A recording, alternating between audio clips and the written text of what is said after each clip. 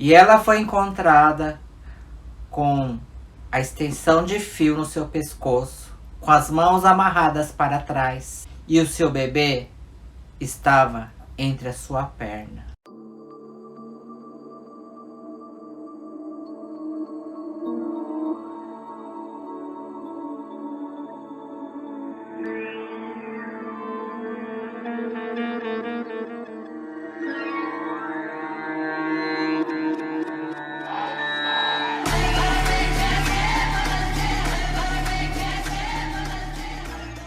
E esse vai ser o caso que eu estarei contando hoje no canal Toque Tomodachi. Eu sou o Júlio, eu falo aqui da cidade de Tóquio. Eu faço esse canal com a minha amiga Julie. A Julie está com soluço, ó, não liga não, tá, pessoal? Olha como ela tá soluçando. E olha a roupinha rosa dela. Eu conto os casos que ocorrem aqui no Japão em geral. Eu faço esse canal com a minha amiga Alessandra. A Alessandra está no Brasil por enquanto. Enquanto isso, eu vou fazendo esse canal somente com a Julie.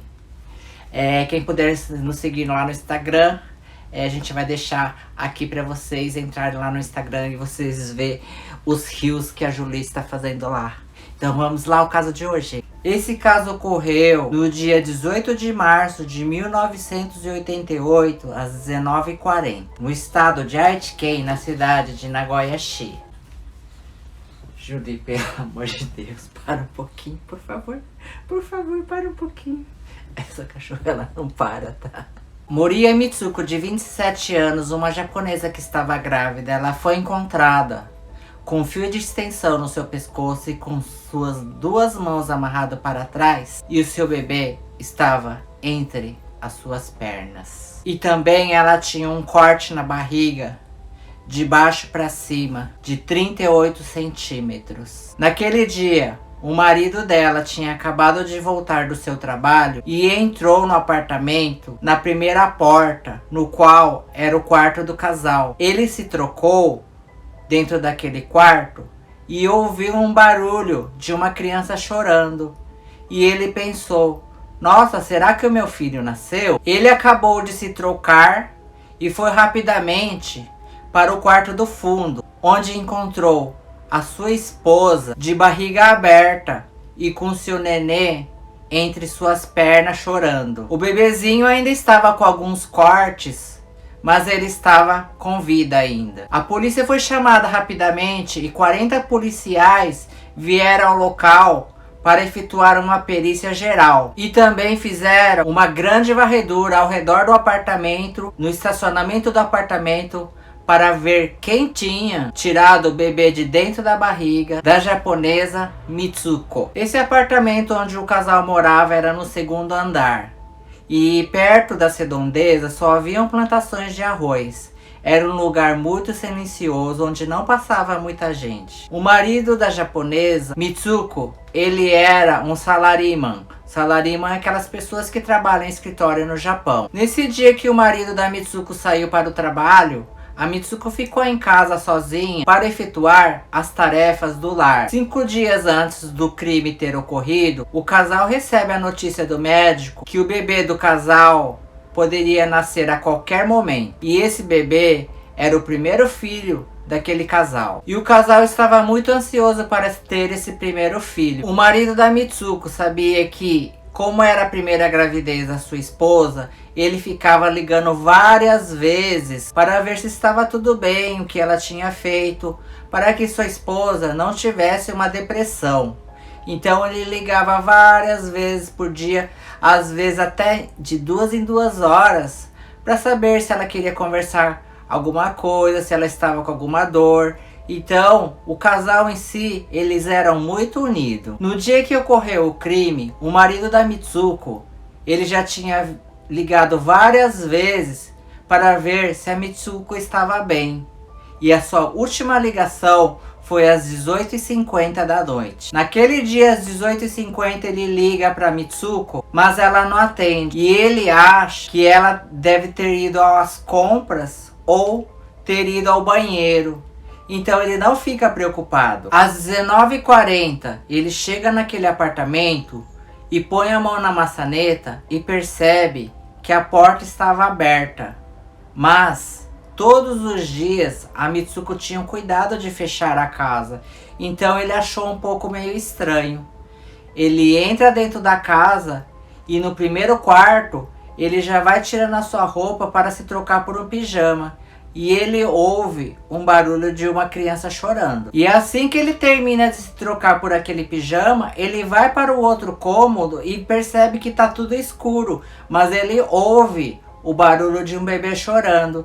E ele consegue ligar a luz. Assim que ele liga a luz, ele vê a sua esposa caída no chão, com um corte na barriga e o seu bebê entre as suas pernas chorando. Ele acha que é uma miragem, que ele não está vendo tudo aquilo. Ele arregala o olho rapidamente e tenta ver se aquilo que ele está olhando é realmente a sua esposa de barriga aberta. Ele rapidamente procura o telefone da sua casa, porque naquela época ainda não existia muitos celulares.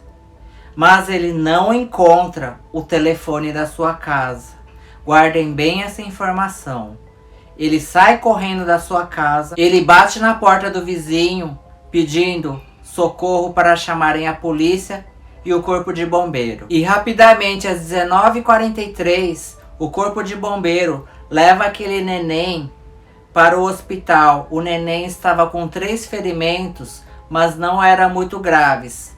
Mas infelizmente a sua esposa veio a falecer. E o quarto daquela casa onde a sua esposa Mitsuko foi encontrada no chão estava parecendo que tinha ocorrido uma chacina. Tinha sangue para todo lado daquele quarto. E na autópsia do corpo de Mitsuko foi constatada que ela foi enforcada com um fio de extensão no seu pescoço. E logo em seguida foi efetuada uma grande investigação, porque foi o caso que mais chocou o Japão. E também foi constatado que ela tinha perdido a vida às 15 horas daquele dia. Nas investigações verificaram que antes das 15 horas, uma amiga da Mitsuko tinha ido naquele apartamento tomar café. E mesmo assim, as 2 xícaras que tinham sido utilizadas antes das 15 horas estavam totalmente limpas. Porque Mitsuko era uma mulher muito organizada e totalmente limpa. Ela gostava de limpar a casa e deixar tudo organizada. A polícia rapidamente faz uma investigação com os vizinhos do apartamento da Mitsuko e descobrem que havia um homem estranho batendo em todas as portas dos vizinhos, perguntando se existia uma pessoa que se chamava Nakamura, que morava naquele prédio. E esse homem parecia muito nervoso e com pressa. Agora esse homem era o principal suspeito do caso da Mitsuko perder a vida. Ele também bateu na porta da casa da Mitsuko. Mas a Mitsuko estava com a amiga dela tomando café. A Mitsuko deixa a sua amiga tomando café e vai sozinha até a porta conversar com esse homem que estava batendo nas portas de todos os apartamentos. Depois disso, esse homem vai embora e a Mitsuko volta para a mesa para ficar conversando com a sua amiga, tomando um café. E os policiais e a mídia acham que quando essa amiga que estava lá tomando café com a Mitsuko foi embora, logo em seguida, esse homem estranho que estava procurando por alguém que se chamava Nakamura bateu na porta e, percebendo que a amiga já tinha ido embora, acabou tirando a vida da Mitsuko. Ou então, o principal suspeito seria o seu próprio marido. Ou porque a casa estava aberta quando ele chegou e quem tinha a chave, além da Mitsuko, era o seu marido. O porquê o seu marido também ficou como suspeito? Porque ele entrou dentro da casa e começou a se trocar, sendo que sua esposa estava no outro quarto escuro, já sem vida. E quando a mídia foi conversar com o marido da Mitsuko, o marido da Mitsuko fala para a mídia que ofereceu um vinho muito gostoso para a Mitsuko, já que ela já não estava entre nós e ela gostava muito de tomar esse vinho. E a mídia achou que aquilo seria uma performance muito boa para enganar todo mundo. Mas nas investigações foi constatado que naquele horário que a Mitsuko tinha perdido a vida, o seu marido estava ligando para ela do seu trabalho.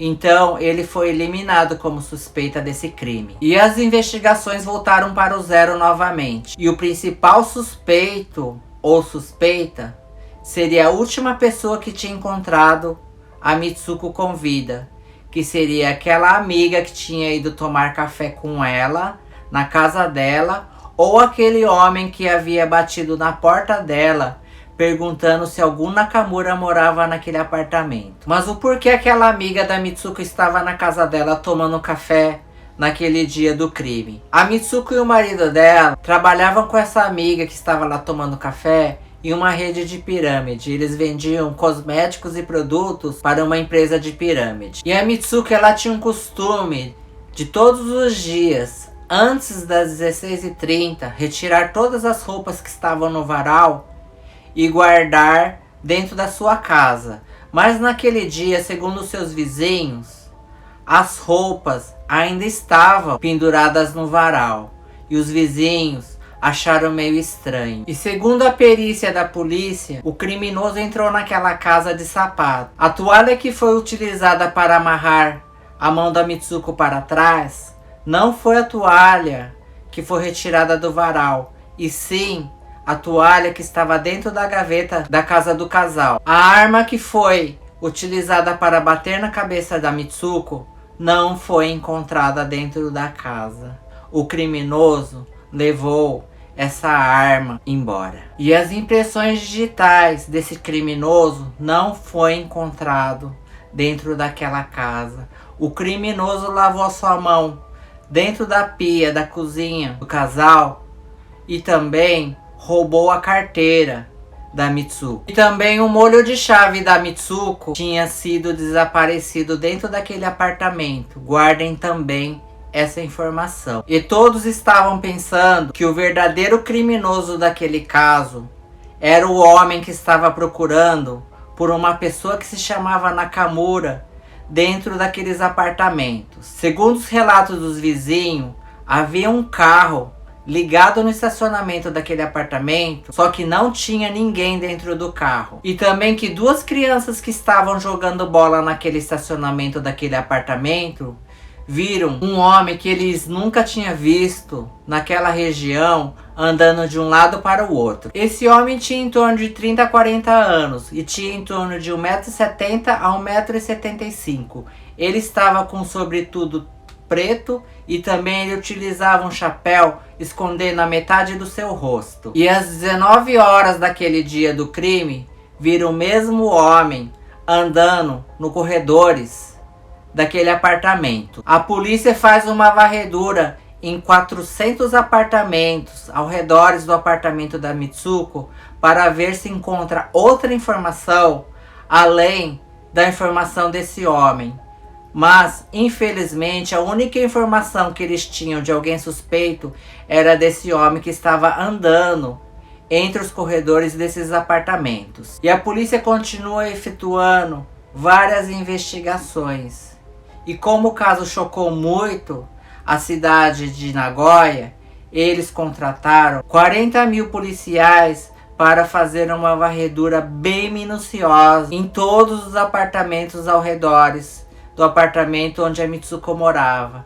Mas infelizmente não encontraram nada. Foram investigadas 100 informações, mas nenhuma informação foi válida para o caso. E esse caso ficou conhecido aqui no Japão como o caso do telefone. O porquê? Vocês lembram quando eu falei que o telefone da casa tinha sumido? Naquele dia que a Mitsuko foi encontrada com a extensão de fio no seu pescoço e com suas mãos amarradas para trás com uma toalha, o criminoso, além dele ter cortado a barriga da Mitsuko e ter retirado o seu nenê, ele pegou o telefone que estava em cima da mesa do casal e colocou dentro da barriga da Mitsuko. E vocês lembram quando eu falei que a chave da Mitsuko tinha desaparecido? O criminoso também colocou a chave dentro da barriga da Mitsuko. E no ano de 2003, faria 15 anos que ocorreu esse caso. E aqui no Japão, infelizmente, após 15 anos, quando o caso não é solucionado, é considerado como um caso terminado, sem solução. Como no passado eu já tinha falado sobre o caso da professora que foi sequestrada dentro da escola, Após 15 anos, o caso não ter sido solucionado, ele fica como um caso perdido. Quem não assistiu o caso da professora, a gente vai deixar aqui do lado, assista e dê uma olhada. Passou 15 anos e o caso não foi solucionado, ele acaba ali. Mesmo que o criminoso venha aparecer depois de 15 anos, ele não é considerado criminoso, porque o crime já acabou a validade dele. E no dia 18 de março de 2003, o caso é concluído como caso não solucionado. E quem vocês acham que é o criminoso desse caso? O homem que estava procurando por alguém que se chamava Nakamura nas redondezas daquele apartamento? Ou uma pessoa que entendia sobre enfermagem de gravidez? Porque aquele corte que ele efetuou de baixo para cima é um tipo de corte que eles utilizam aqui para a cesárea no Japão. A cesárea no Brasil é de lado, a cesárea aqui no Japão é de baixo para cima, infelizmente. Então poderia ser alguém que trabalhava como enfermeiro ou trabalhava em algum tipo de enfermaria. Mas fica a grande dúvida, o porquê o cara tinha que tirar a vida de Mitsuko e colocar o telefone dentro da barriga dela e também depois colocar o molho de chave dentro da barriga dela, retirando o seu nenê para fora. É muito estranho, é muito bizarro essa história. E ele deve ter roubado a carteira da Mitsuko só para aparecer que foi um roubo que não deu certo. Mas na minha opinião, na verdade, ele é um verdadeiro serial killer, que ele queria ver como é abrir uma barriga de uma mulher grávida e retirar o seu nenê e deixar ele ali fora chorando até que alguém encontrasse aquele bebê. Provavelmente ele tinha algum desejo desse tipo, na minha opinião. As pegadas que foram encontradas dentro daquele apartamento era do tamanho 25, que dá em torno de 39 no tamanho do Brasil. O marido, depois de toda essa tragédia, ele resolveu sair do Japão. O porquê? Ele jamais gostaria que o seu filho fosse lembrado por alguma criança. A sua mãe tinha perdido a vida daquele jeito. E ele resolveu emigrar para os Estados Unidos, no Havaí. Não encontraram o criminoso até hoje. Mas provavelmente nenhum crime é perfeito. Algum dia ele aparecerá. E nesse dia que ele aparecer, com certeza eu estarei relatando para vocês. E esse foi o caso de hoje. O que vocês acharam? Se vocês chegaram até aqui, por favor, deixe seu like. Isso é muito importante para o nosso canal. Incentiva a gente a continuar contando os casos bizarros que ocorrem dentro do Japão e nem sempre são divulgados pela mídia internacional. E eu vou ficando por aqui, mas sem antes, né, mostrar o cigarrinho da Dona Julie, que é a dona do canal. Com o cigarrinho, porque ela é de maior, tá? Não esqueça, pessoal, siga a gente lá no Instagram, tá? Tem as fotos da Julie, a Julie tá todo dia lá, tá? Afinal de contas, ela é a dona do canal, né? E olha a roupinha rosa dela, que bonitinha, ó. Tem até uma sainha aqui, né? Mostra lá pro povo, Julie, a sua cara de fumante, que ela é de maior, ela pode fumar. Muito obrigado pra vocês que estiveram até aqui. Até o próximo caso. Sayonara!